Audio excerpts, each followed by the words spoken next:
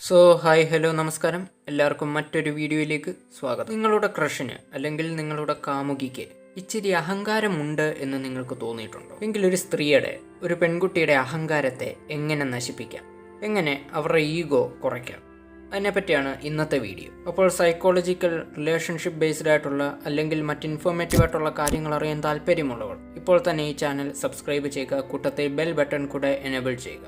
ഈ വീഡിയോ ഇഷ്ടപ്പെട്ട ലൈക്ക് ചെയ്യുക, കഴിയുമെങ്കിൽ മറ്റുള്ളവരിലേക്ക് ഷെയർ കൂടെ ചെയ്യുക. നിങ്ങളുടെ അഭിപ്രായങ്ങൾ താഴെ കമൻറ്റ് ബോക്സിൽ അറിയിക്കുക. ഒരു സ്ത്രീക്ക് ഏറ്റവും കൂടുതൽ അഹങ്കാരം ഉണ്ടാകുന്നത് അവൾക്ക് അമിതമായിട്ടുള്ള അറ്റൻഷൻ കിട്ടിക്കഴിയുമ്പോഴാണ്.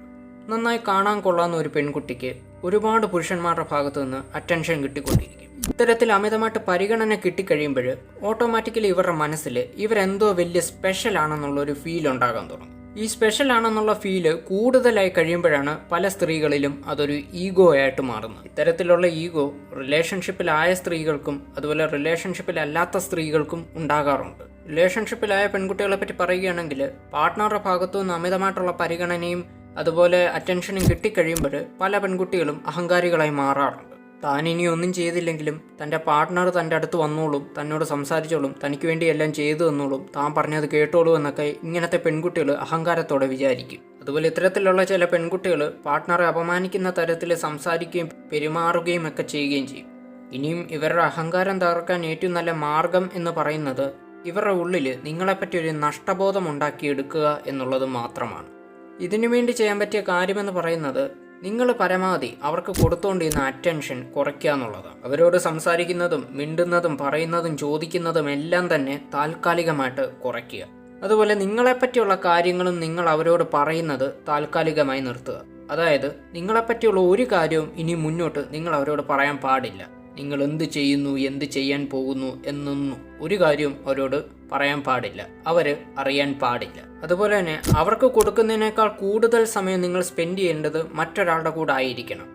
അയാൾ ഒരു ഫീമെയിൽ ഫ്രണ്ട് കൂടാണെങ്കിൽ കുറെ കൂടി ബെറ്റർ ആയിരിക്കും. ആദ്യമൊന്നും അവരിത് മുഖവിലക്കെടുക്കത്തില്ല, ഇതൊന്നും പരിഗണിക്കത്തില്ല. പക്ഷെ പിന്നീട് അവരിതിനെപ്പറ്റി കൃത്യമായ രീതിയിൽ ശ്രദ്ധിച്ചു തുടങ്ങും. പിന്നെ അവർ നിങ്ങൾക്ക് ഇങ്ങോട്ട് അറ്റൻഷൻ തരാൻ തുടങ്ങും. മാക്സിമം അവരുടെ ഉള്ളിൽ ഒരു ക്യൂരിയോസിറ്റി ഉണ്ടാക്കിയെടുക്കാൻ ശ്രമിക്കുക. ഈ ക്യൂരിയോസിറ്റി എന്ന് പറയുന്നത് സ്ത്രീകൾക്കൊരിക്കലും ടോളറേറ്റ് ചെയ്യാൻ സാധിക്കുകയില്ല. അതുമാത്രമല്ല, ഫീമെയിൽ സൈക്കോളജിയിൽ വെച്ച് അട്രാക്ഷൻ്റെ മറ്റൊരു ഭാഗം കൂടിയാണ് ഈ ക്യൂരിയോസിറ്റി എന്ന് പറയുന്നത്.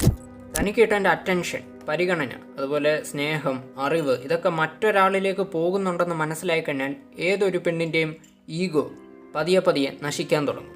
അവരിൽ പതിയെ പതിയെ എന്തെന്നില്ലാത്ത ഒരു നഷ്ടബോധം ഉണ്ടാകാൻ തുടങ്ങും. ഒരാൾക്ക് കൊടുക്കുന്ന സമയം അത് മറ്റുള്ളവരിലേക്കോ അല്ലെങ്കിൽ നിങ്ങളിലേക്കോ തന്നെ ഇൻവെസ്റ്റ് ചെയ്യാൻ തുടങ്ങിയാൽ അവർ തീർച്ചയായിട്ടും ശ്രദ്ധിച്ചു തുടങ്ങും. അപ്പോൾ ഒരു ഈഗോയിസ്റ്റിക് പാർട്ട്ണർ അല്ലെങ്കിൽ ഗേൾ ഫ്രണ്ട് അതുമല്ലെങ്കിൽ ക്രഷാണ് നിങ്ങൾക്കുള്ളതെങ്കിൽ തീർച്ചയായിട്ടും നിങ്ങളിതൊന്ന് പരീക്ഷിച്ച് നോക്കുക. അപ്പോൾ വീഡിയോയുടെ ജസ്റ്റ് വൈൻഡപ്പ് ചെയ്യുകയാണ്. മറ്റൊരു ടോപ്പിക്കായിട്ട് നമുക്ക് വീണ്ടും കാണാം. അതുവരെ ഗുഡ് ബൈ.